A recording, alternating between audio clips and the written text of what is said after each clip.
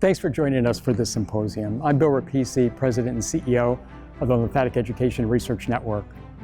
LE&RN's mission is to fight lymphatic diseases through education, research, and advocacy. In order to win a fight, you first have to join it. So we ask, please become a supporting member of LE&RN at lymphaticnetwork.org. And we hope you enjoy today's symposium.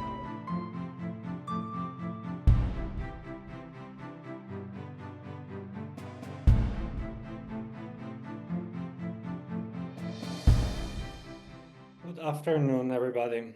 My name is Epaminios, and I'm very glad to be joining today this Learn Online Symposium and talk to you about the work of my group. I am a plastic surgeon and scientist. I'm located in Zurich, Switzerland, and engaged in lymphedema research since a very long time, more than 13 years now. Take you through the initial slides with the basic information about the symposium series and the disclaimer from the LE&RN Foundation, and my disclosures in regard to the funding of my science and the remaining items that you see. I don't think that with you on the other sides of the line, you need a detailed introduction about lymphedema, but I think it's important to put things right from the beginning so that we can navigate through this topic of drug repurposing for lymphedema and how that comes and why it's important. So we all know that we define lymphedema as a situation where the lymphatic system fails to drain the extra fluid that is produced from the blood vessels and cannot be drained from the peripheral tissues. We recognize the clinical symptoms with a swelling, tension, pain.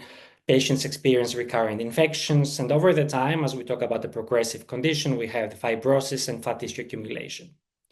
When we see the full population, those that they suffer under lymphedema is more than 20% than all the patients that undergo lymphadenectomy, which is a huge number if we consider how many conditions, how many oncologic treatments necessitate complete lymph node removal.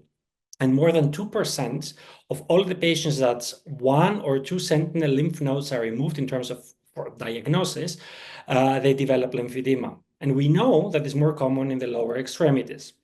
But there is a lot that we don't know about lymphedema. And one needs to consider how and why. We know that lymphedema has a delayed onset. It takes months to years since the first intervention that is the trigger or cause for the condition.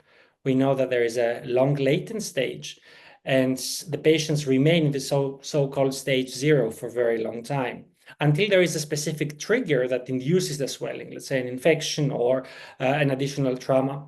There are anatomical variances. For instance, the arms may be swollen, but the hand is spared. The same with the leg and the foot, which is not very well understood, and our understanding is limited by these anatomical variations. And on top of that, we have very much systemic effects, which have been very scarcely studied. And we have been focusing mostly on potential biomarkers, and that can be actually a very good way to go through. I will talk about it more in the next couple of slides. So what we know about lymphedema, and this is research that has been pioneered in one of the New York labs, in the lab of Dr. Merara, and we have been able to reproduce it, is that lymphedema has as hallmark the infiltration of very specific immune cells, CD4 positive cells, versus the healthy control, so patients that they don't have lymphedema. And you can see here that generally in lymphedema, we have a trend for more immune cells, more inflamed tissue, but what it sticks out is this increase of the CD4 positive cells. And a couple of years ago, we published that in 2022, we evaluated for the first time if lymphedema is actually a condition that is limited to the extremity that has lymphedema, or is a condition that affects larger parts of our body or our body as a whole. And I have the privilege of working in a department where we conduct a lot of lymph node transplantation surgeries. So we take lymph nodes from the healthy side to transplant in the lymphedematic side, giving us access to tissue what we would consider as healthy, so from the contralateral side. And when we did our analysis, histological molecular, we saw that these CD4 positive cells, they are not only present and increased in the tissue that has lymphedema, But in the tissue that doesn't have lymphedema and comes from a completely other location of the same patient, you can see it here that in terms of the staining, so how many cells we see in tissue sections, the results are comparable. And when we do the molecular analysis, the expression levels of CD4, we see that it's actually increased in both parts, the part that has lymphedema and the part that doesn't. It has been clear the last, I would say, 10 years that lymphedema is driven by these CD4 positive cells, CD4 positive cell inflammation. So inflammation is a key determinant of lymphedema. And we know that the infiltration of these cells was found to correlate with the severity of the disease. We have seen in animal models that when we manipulate those cells, we're able to protect or even heal lymphedema in animal models. And in particular, when we use protective cell populations, the Tregs, T regulatory cells, we're able to efficiently reduce edema and improve the fibrotic tissue deposition.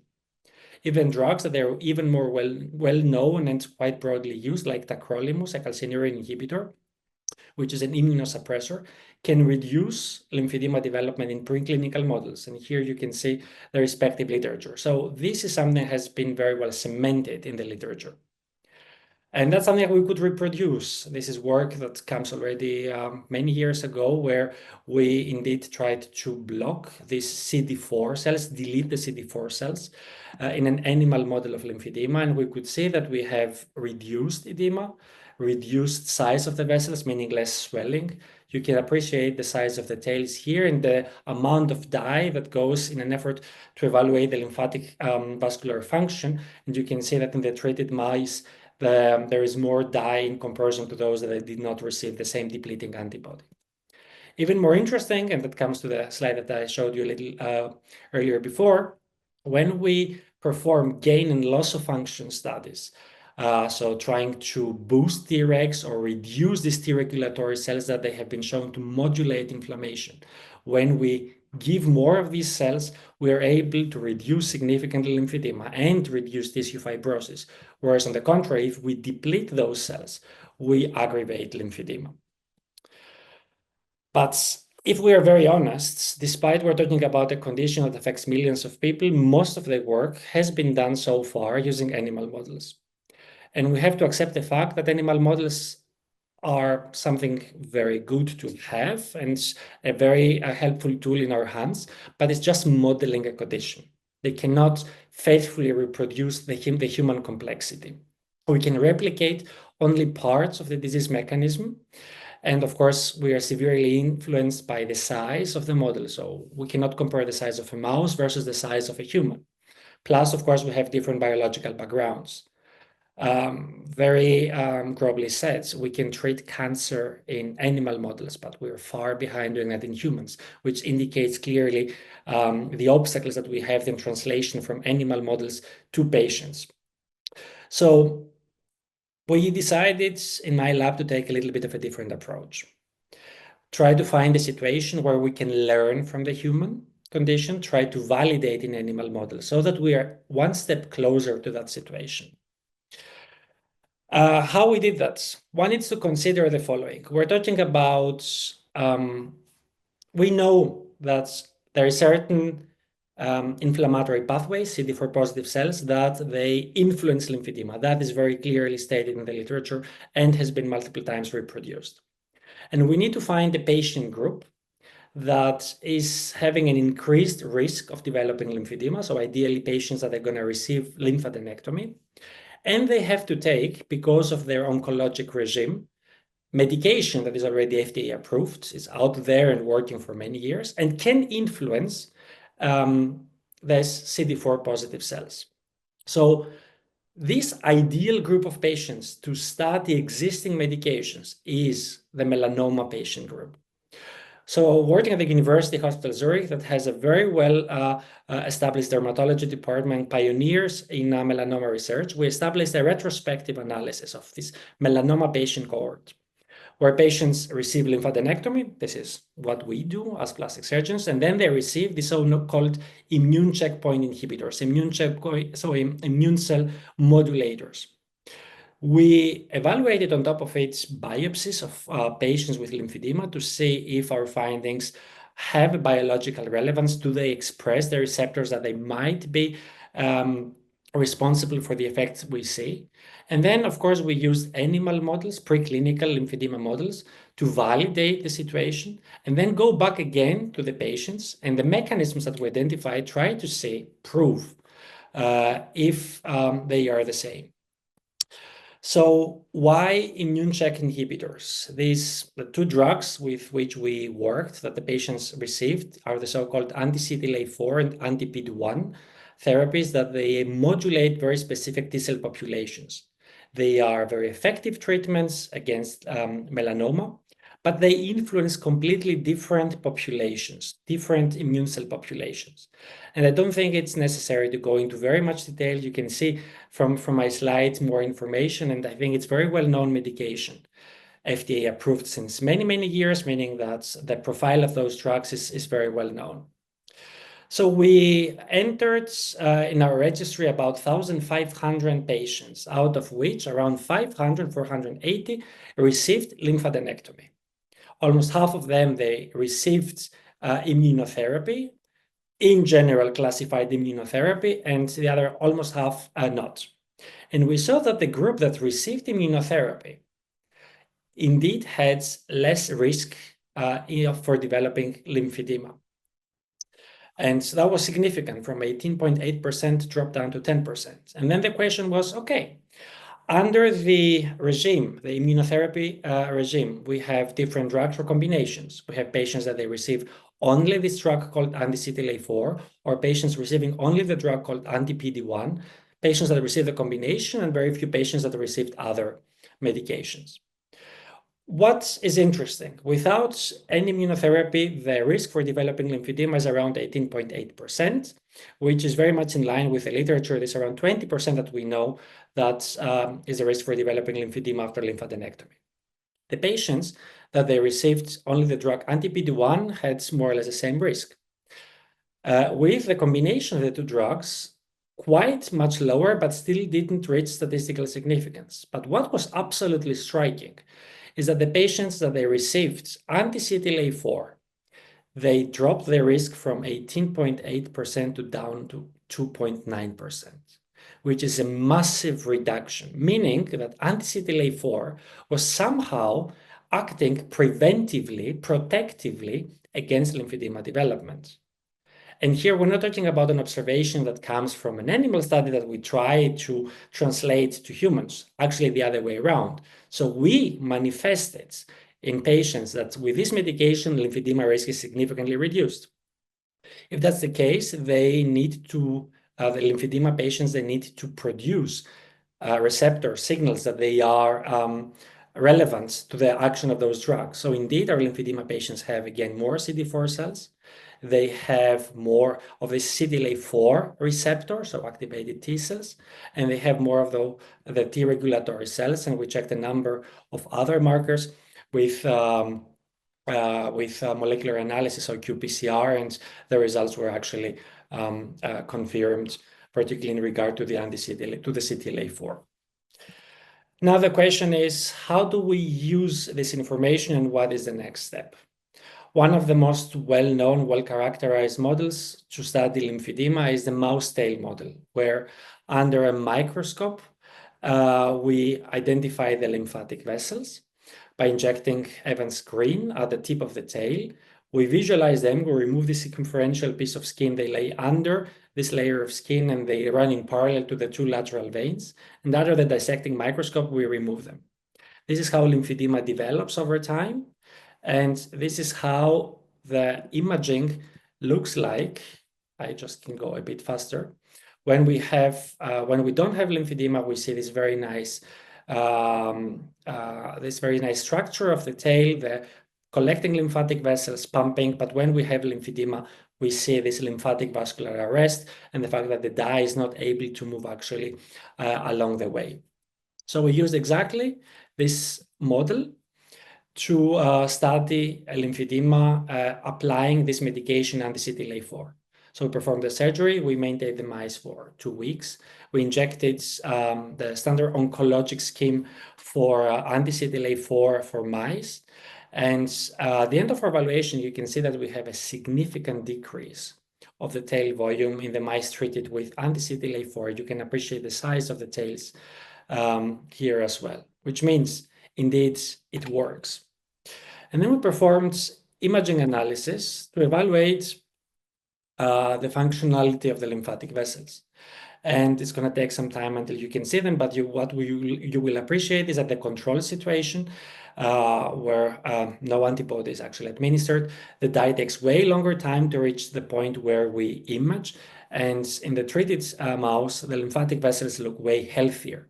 They pump better, they pump stronger, and they pump more. So we really talk about improved lymphatic vascular function in the mice that they are treated with this drug, anti-CTLA-4.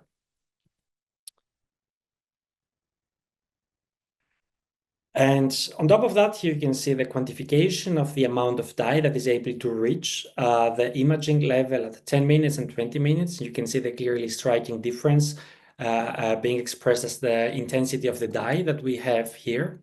And we have at the same time the lymphatic vessels that they are significantly smaller, so indicating that the lymphatic vessels do work, and a higher number of infiltrating T regulatory cells. That was actually a bit surprising because the medication actually originally thought was not supposed to be able to induce T regulatory cells, but indeed they are more, and that is significantly more.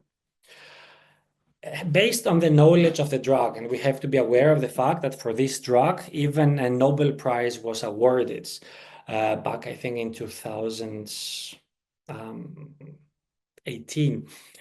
There is a hypothesized mechanism, or that was our original hypothesis, that how the drug works is by modulating different immune cell populations, which they are responsible for limiting fibrosis, therefore acting protectively against lymphedema.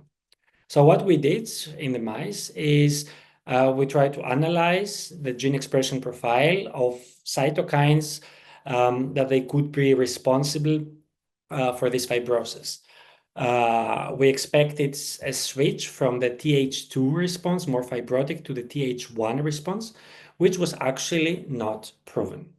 And that was not expected. When we analyzed both tissue and serum, we saw a distinct profile with increased amount of ILA1, TNF-alpha, downregulation of CCL5, upregulation of the CLC4, but still that was not able to explain why we see this effect. So we went back and we performed RNA sequencing analysis in order to get the full picture of what is happening upon we administer anti-CTLA-4. We saw a number of pathways being upregulated, positive regulation of immune response, tissue organization, cellular response to interferon beta, which is very interesting. It was actually a very good publication a couple of months ago in Nature Communications. Keratinocyte differentiation was downregulated, interferon gamma response, etc. And the genes that we saw being upregulated or downregulated gave a hint towards T regulatory cells. So what we did is evaluate which the populations, the immune cell, the phenotypic characterization upon the administration of anti-CTLA-4. And what we found was indeed that we have an increased compartment of T regulatory cells. So the number of regulatory T cells was increasing not only as part of the CD4 compartment, but when we looked towards the subpopulation of the Tregs. So Tregs that they are CTLA-4 positive, Tregs that they are CD44 positive, and the double positive FOXP3 CD25 positive cells, they were all found to be upregulated, showing not only an increase in terms of numbers, but an increase in terms of activity as well. And we did the same thing, evaluating the gene expression analysis, which was further confirmed, particularly for the CTLA-4 and the FOXP3. Now, the interesting part was, are we talking about an effect that is localized? Does this effect concentrate to the lymphedematous area? That's why we did the phenotypic characterization, evaluate how many T regulatory cells we have in the tissue, the affected tissue. And when we evaluated control versus treated mice, we could see a clear increase in the tissue levels of the infiltrating T regulatory cells. But it would have been way more interesting to see that systemically. So we took blood from the same mice, and voila. Again, here as well, we have increased circulating numbers of the T regulatory cells, meaning that they are systemically increased, being distributed everywhere, therefore protecting or enhancing the effects. And the most interesting part of the equation is it's great work. You see something in patients, you bring this to the end-to-end animal model, you validate at least you indicate a mechanism that which relates to the increase of a certain immune cell population. But does it hold true for the patients? And that's a very fair point. The relevance of the mechanism is actually of critical importance. So what we did is we used the biobanking of the University Hospital in Zurich, and we received blood samples from patients before their treatment and up to 56 days. So it's approximately this range of 56 days after they have commenced their treatment with anti-CTLA-4. And to a great relief, not surprise, but relief to see the translatability of the mechanism, we could prove indeed an increased number of infiltrating T regulatory cells, systemically circulating T regulatory cells in the patients treated with anti-CTLA-4. It is important to consider here a little bit the timeline. From the time that the dermatologists and the respective cancer board gives the oncologic, okay, we need to go for lymphadenectomy. The timeline is as follows. You get the lymphadenectomy, you expect to have the histological analysis, which takes place within approximately 1 week. We have then approximately 2 to 3 weeks time until the patients receive the clearance from the board, which type of therapy they need to receive. And that means that the therapy starts approximately 1 month to 6 weeks after the original surgery. And that means that within 56 days upon the administration of the drug, the patients have already the systemically elevated numbers of the T regulatory protecting cells. And at the same time, number of cytokines that they go along the same line, TNF-alpha, IL-10, IL-6, IL-16, they increase as well. And from the timeline, you can see that we're not talking about trying to treat a condition, trying to treat lymphedema, but actually works the other way around. It works in a preventive manner, because the patients, from the time that they have the lymphadenectomy, they receive within 1-2 months the treatment, and they don't develop lymphedema thereafter, meaning that we protect them against the development of lymphedema instead of going and treating them. So the summary is that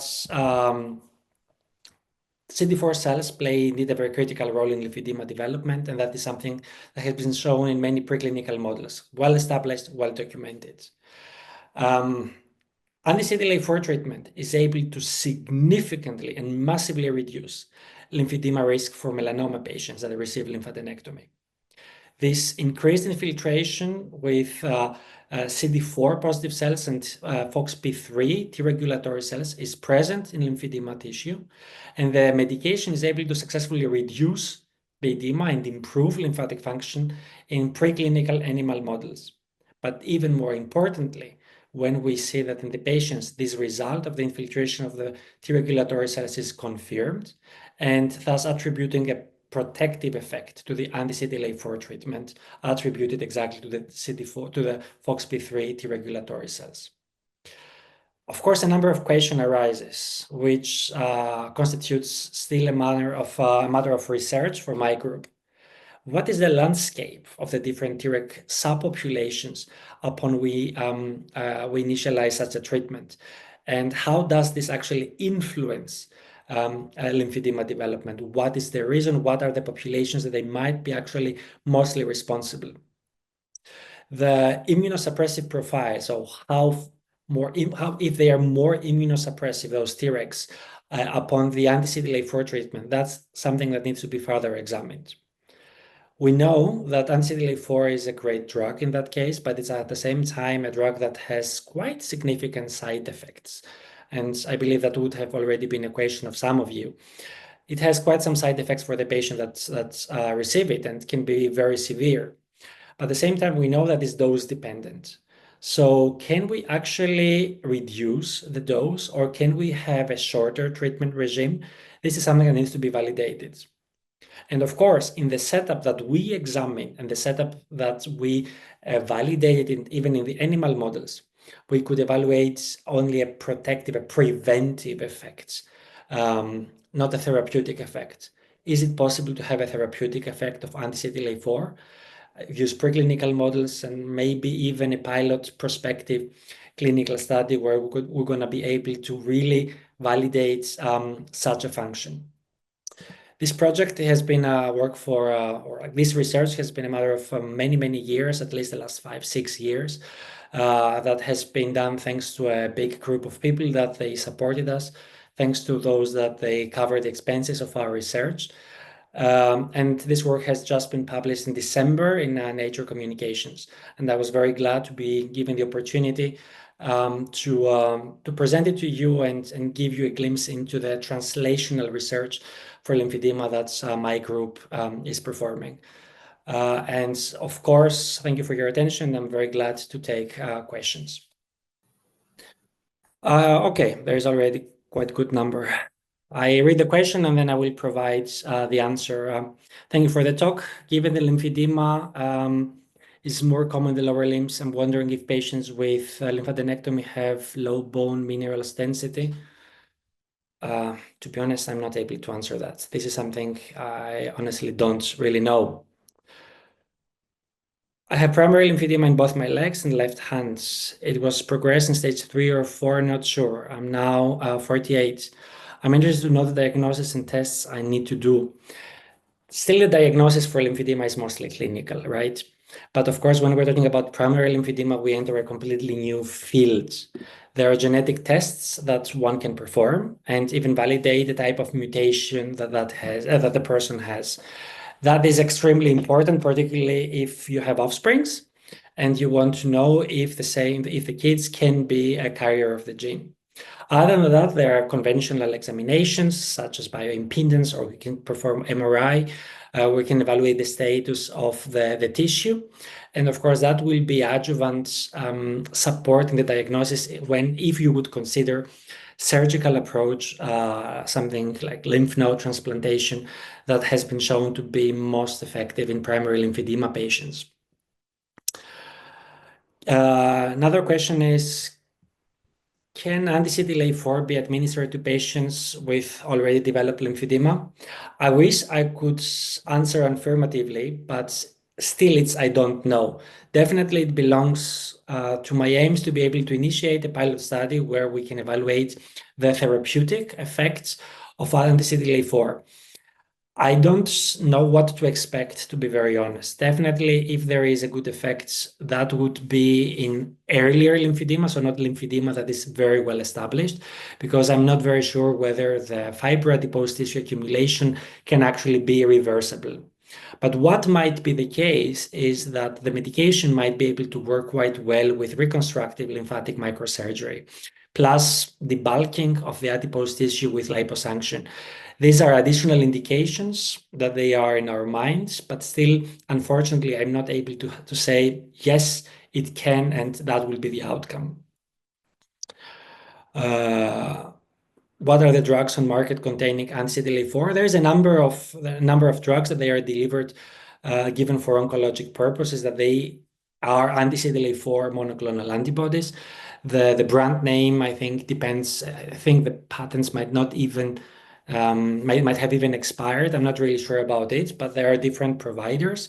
And this is something that you can evaluate with the local physician, because this is a drug that it's an infusion. It's something that is IV administered, and it's something that needs to be done in a very controlled environment for the purpose that is actually prescribed. So at the moment, the way that we evaluated it means that is an off-label, not indication, but off-label use, or use of the drug that results into a very interesting effect that positively affects patients. But still, we are far from saying that patients that are in the risk for developing lymphedema, they can get anti-CTLA-4 preventively. This is a matter of regulatory affairs. Do you know, that's an interesting one. Do you know what is going on with macrophages with anti-CTLA-4 treatment? I have a hint. I'm not 100% sure. We didn't see really massive changes, but probably we saw some changes in distinct subcompartments of the macrophages. We plan to study that further when we have phenotypic analysis underway, but I cannot pinpoint and tell you exactly what happens. Definitely, we see some variations or modifications of macrophage populations. To what way that might be of any support to the entire mechanism is something that honestly we don't know yet. But generally, previous research, at least coming from animal models, has shown that macrophage influence is not, or like manipulation is not influencing lymphedema development. My daughter just completed a drug with Dr. Roxon. She has primary lymphedema in the lower extremities. She was on acebulostat. Is it the same as anti-CTLA-4? No. These are different drugs with different mechanisms of action. Completely different ways of working. There's another question. Discuss lymphangiectasia. It's a different, I would say it's a different condition. I cannot put them in the same buckets. What I think it's worth mentioning here, I take it as a good motivation, the question of Howard to say, would it be possible to make an assumption about if this medication works on primary lymphedema as well? And is there a relation between primary lymphedema and secondary lymphedema? In terms of causality, the two conditions are completely different. On the one side, we talk about inherited condition because of mutations. We have problems in the development and maturation of the lymphatic vessels. On the other side, we talk about an intervention that damages the continuity of the lymphatic network, and then there is at some point a trigger leading to the development of lymphedema. Based on that, I would say that two conditions are quite different, but there is quite some data coming up indicating that probably the patients that develop secondary lymphedema might have a predisposition for developing that. I would not say that all secondary lymphedema patients, they are some sort of primary lymphedema patients as well, because that would be wrong. But at the same time, primary lymphedema patients, they have a very well studied, in many cases, genetic background, and we have identified many genes that they are responsible. But most probably, the patients that they develop secondary lymphedema, they might just have lymphatic vessels that they are not that strong. I think a very good example is to try to bring in parallel lymphedema and something like a vascular condition such as atherosclerosis. Why certain patients develop atherosclerosis and others not? And it's not just diet dependent, meaning that there seems to be a certain degree of predisposition, let's say a certain degree of vascular disease, which might affect both blood vessels and lymphatic vessels, meaning more leakage from the blood vessels or lower ability of the lymphatic vessels to drain efficiently the extravasated fluid. And when the lymphatic network is insulted by a surgery and the removal of lymph nodes, then we probably see this escalation. The lymphatic system is not able to deal with the extra work that has to be done and develops exactly what we call lymphedema. I would say these are quite different, at the same time, similar situations that they bring researchers to quite interesting questions and research projects. Yes, I was expecting that. Very good question. And what are the side effects of using anti-CTLA-4 antibodies? Very diverse and sometimes very severe. Can be from simple diarrhea to headache to nausea, but can be encephalitis, so infection of the brain, meningitis, can be infection of the heart, can be quite severe, can sometimes have very strong adverse effects that they lead the patients to quit the medication. So it's not a medication that is simple to take. It's a medication that is not very well tolerated by the patients. And this is the reason, this is something I didn't mention during the talk, the entire scheme consists of 3 to 4 injections with a difference with a break of 1 month. Meaning that this medication does not go on forever, but still within these 3 to 4 injections that the patients receive, the effect can be so strong that the patients need to quit taking the medication.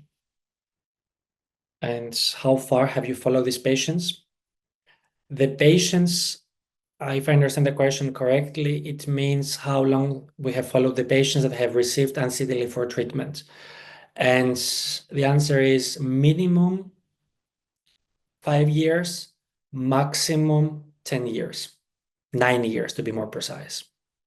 So it's between 5 and 9 years. And we know that if lymphedema occurs as a result of the surgery, it's usually within the first 2 to 4 years following the surgery.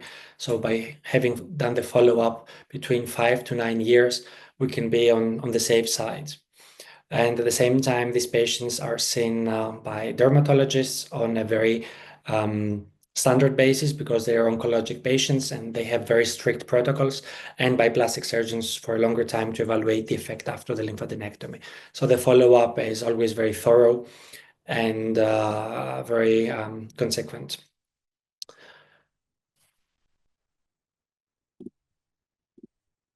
And I think then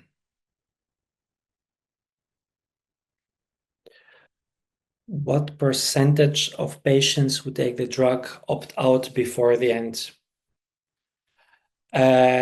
All the patients that we have included in the study, they completed the scheme. And those that they did not complete the scheme, we excluded them from our analysis. But from my recollection, without being 100% sure, there are about 20 to 25% of the patients, they don't complete the treatment. And those were patients that they may had 1, 2, or 3 administrations of the anti-CTLA-4, and either they stopped the immunotherapy or the dermatologist decided to switch them to another medication, namely anti-PD-1.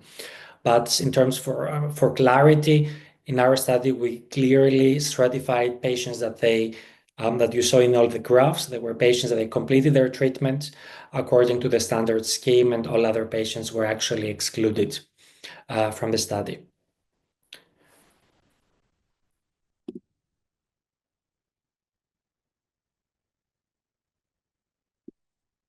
And something that actually speaks to my heart, and it's very good way to close the webinar. What made you interested in this research? That is a very good question. It was when I was a medical student, still in the 6th year, and I did an exchange program, and I stayed for a year in a clinic in Germany where lymphatic vessel transplantation was conducted for lymphedema.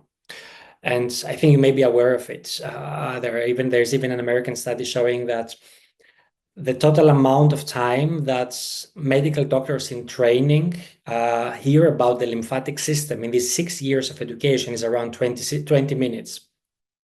So when I was in this clinic and I saw this lymphatic vessel transplantation for lymphedema, it struck me. It was impressive, particularly because I was not so much familiar with the lymphatic system. So after this period of time, I wanted to dedicate time in research. I moved to Switzerland and I started my master's in blood vascular biology. But I always felt that the lymphatic system is actually hiding a lot of secrets. And that was the reason in being engaged in lymphatic vascular research. And because I'm a clinician by training, and I wanted after that to be trained as a plastic surgeon, lymphedema is a topic that not many people want to touch. But at the same time, when you see the burden of the patients and the lack of awareness, even among the medical community practitioners, then it's actually striking. So it felt something like a cause, and we have to accept certain advantages that our job has. Being a plastic surgeon means that I have access to the plastic surgery patient pool and therefore tissue. And you can't believe how difficult it is if you are not working in a clinical department to acquire tissue from lymphedema patients and be able to do research exactly on the subject that matters and not animal models. So it started as a coincidence and then ended up being sort of a cause that I very much believed in, and I thought I might be able to achieve a certain degree of impact. And with that, I think I can close the webinar. I thank you very much for your attention. Thank you very much for your questions. It has been a pleasure talking to you about this topic, and glad to see you in the future in another LE&RN webinar.